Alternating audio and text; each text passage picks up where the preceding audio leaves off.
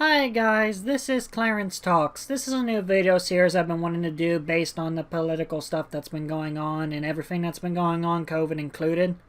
I'm starting off this thing to talk about how the protests a while ago, not the ones that are happening now, though we'll get to that in a later part of this video, are the lockdown protests.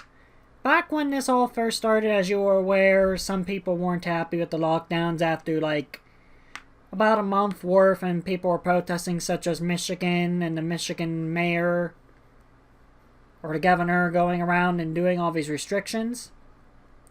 Which at first seemed fine and obvious. Well, yeah, people were pissed off about it, and as the site says, this article is more than 2 months old. That's already been a while. They suggested that the anti-lockdown protesters, which may have been connected with some of the COVID-19 cases traveling around. A lot of the left-leaning side, and I was worried too, that it would cause rise in the cases, and which was an understandable concern, but a lot of people weren't happy with unneeded restrictions that were destroying their businesses and their livelihoods, and decided to start standing up for what was going on against what they thought were tyrannical pushes against that. Now, my need, like I stated, I don't think it was wise during this time to go out and protest about the lockdowns. And I do understand there was concerns, and there have been positive testings, along with negative testings for these said protesters. But my main problem is today, and what I'm going to go on to, is immediately The Guardian, after writing this, and as you're aware, the George Floyd protest ended up coming along. Why protests aren't as dangerous for spreading COVID as you may think. George Floyd got killed, and unfortunately, and a bunch of people ended up protesting, which I support their right, and I support the right of the lockdown protesters to protest over violence and racism. During this time, keep in mind, this is the same site that talked about how lockdowns protesters would have went around and spread COVID. We not only had Dr. Fauci and all these other experts acting like it wouldn't be the case, but I also go on and notice that. Now, with the recent events, as in some of these protests evolving into riots and ruining the whole message of the protests, and the Democratic left, in my opinion, the side that I used to side, or the party I used to side with, has seemed to have gone and then flipped completely 360, with this stuff right here. These protests somehow don't spread COVID, but yet there's hundreds to thousands, or maybe thousands, depending on where you're at, spreading this disease that are right next to each other in protest. Again, they can protest because they have the right to, but then these are dissolved in the riots very quickly. And if you haven't been aware of, the protests in Portland have been going on for 70 days. Well, they're not protests. When stuff gets destroyed and property gets destroyed, it's called rioting. And I'm sick and tired of how the Democratic Party has been ignoring these rioters and whatnot that's been going on. They try to accuse the feds that are spreading the violence in the cities then. But that's not the case. These people were doing violence and destroying buildings, burning down places, like the Minneapolis Police Department that got burnt down and destroyed. And I am all for protests, but they're not protests. When you start destroying buildings and hurting people and whatnot, I'm sorry, you're not protesting. You're rioting. These groups haven't taken and called out or dragged out the ones that are rioting and turned them into the police. Instead, they end up siding with them and defending them. And so does all the media and the Democratic politicians. And it's pissing me off. When you have peaceful protest, it actually helps the Democratic Party and helps in general and makes people get behind your cause. But then you do this. I'm not a citizen of Portland, but I wouldn't be happy if my streets down where I live suddenly went into a riotous rampage, all because of these protests or anyone getting hurt. I can't imagine how bad this would be. I would show you some of the videos, but unfortunately, I'm pretty sure that YouTube will take them down or take down the video, and this is going to be my first video. And I would like to show you what's on Twitter. This guy, Andy Ngo, ends up following along with a lot of the Antifa violence that's been going around at the Portland protest for like 70 plus days. He's done a very good job reporting everything that's going on, like damage to buildings. And down here, as of very recently,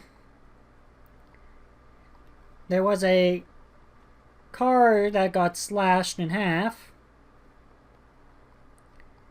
But it was kind of upsetting to me that we're at the Democratic Party that goes around and is like, oh, they're peaceful protesters. Oh, the media, they're peaceful protesters. And it's starting to annoy me, like, immensely. I worry for those people that are peacefully protesting and getting their protest uphanded, but I also worry about the innocent civilian minding their own business and then going around and getting beat up. During these past few months, like I said, we had the riots in Minneapolis, then they started in Portland, then a Chaz Autonomous Zone was formed in Washington, Seattle, and several people died there, including minority figures that these people claim they want to protect. Along with blatant and racist laws in these Chaz things like segregations for a black-only garden or white-only garden. And it's very, very annoying, and I feel like it's time for me to speak out against this stuff. I'm sick and tired of it. I've been vocal on the YouTubers I tend to watch on their videos, and watching all this stuff going on. It's just getting really annoying to see this. We need to stop and condemn the violence, left and right, which I know a lot of the right wing is, minus some of the Republican politicians are usually being awfully quiet about this stuff. And it's not working out. It's not helping when you don't speak up against this, and I have to. Along with the insane double standards, as I've listed before, with scientists saying that the protests will not spread COVID, then the lockdown protests were suddenly going to spread COVID. But then when these protests come out and do that, it's not going to spread COVID. And now I know what you're thinking. These people may be social distancing, supposedly wearing masks, or loosens the restrictions. I'm going to counteract with this argument right here. And right here. Already, these are one of the George Floyd protests that was a picture taken from the New York Times. Yeah, some of these people are wearing masks, some of these people aren't wearing masks, and they're clearly not social distancing at all. Like, not at all. There is a lot more people at these protests and riots. And it's getting sick and tiring of seeing the media and the Democrats' double standard on all this. We locked down at the beginning to prevent everyone from getting sick, but then all of a sudden, now that this has happened, it's perfectly fine. I mean, I don't care if you want to protest, like I've stated, but at least point out the factor that there's the possibility of the virus spreading, that there's a danger for the infection rate, that there's a danger for all this stuff. And then not only that, condemn the violence and get rid of the violent extremists that are going around and ruining protests and hurting them. They need to be prosecuted to the fullest extent of the law and face punishment for what they're doing. This is not right. What I would like to see is more of this right here. This is a story that I went on to earlier called the DC protesters drag a rioter into police custody. There was a guy going around and smashing up concrete and trying to destroy property. I'm pretty sure there's other examples like right here. This guy is going around and destroying property, and he gets detained and then he gets turned into the police. That's something I always like to see. People holding others accountable for when they're doing wrong things. You shouldn't be going out and rioting. Because the biggest thing that makes me annoyed with the rioting is not only the people that get hurt, it's the people, or it's these communities that get hurt. In the town where George Floyd was unfortunately had his life taken away, in Minneapolis, several bars or several restaurants, including one that had to get refunded and lost his dream after having to close down, were destroyed. There was 28 confirmed deaths and 2 were burnt alive in a building inside during these protests. Here, I'll show you an example. There was 2 people killed in the, well, not nationwide, this thing's wrong. There's been confirmed at least 28 deaths, not counting any officers that were permanently blinded during the protest, but at least 2 sheriffs were, or at least 2 people in a body of, or building were burnt down, and unfortunately they were found dead and burnt. It's just getting insane. In my opinion, the Democrats need to start standing up and calling out this violence.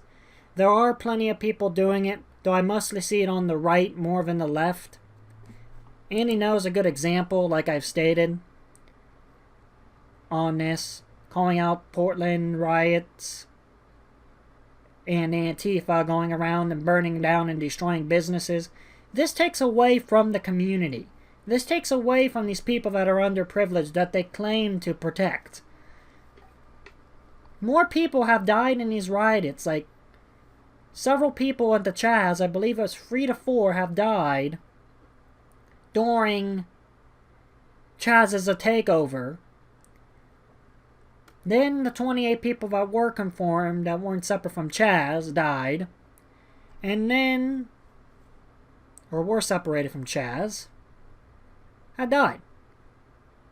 That's more people than what were killed this year by the police in the African American community. In fact, on top of that, the police were searching for the person that killed the 8-year-old girl that was near Lindy's in Atlanta. An 8-year-old girl was shot and killed Saturday night, Atlanta, near Wendy's, where Rayshard Brooks died or at this point, this is probably a little bit older than now, about 2 or 3 months ago. The girl was, from the story, they were driving nearby this Wendy's, and some weirdo extremist took and shot the vehicle. For whatever reason, they don't know yet, but they're looking into it. These are more examples of people dying, and it's just saddening that none of these politicians hardly call out anything. Some of these articles I'm showing you is out of date because I just started making videos like I stated.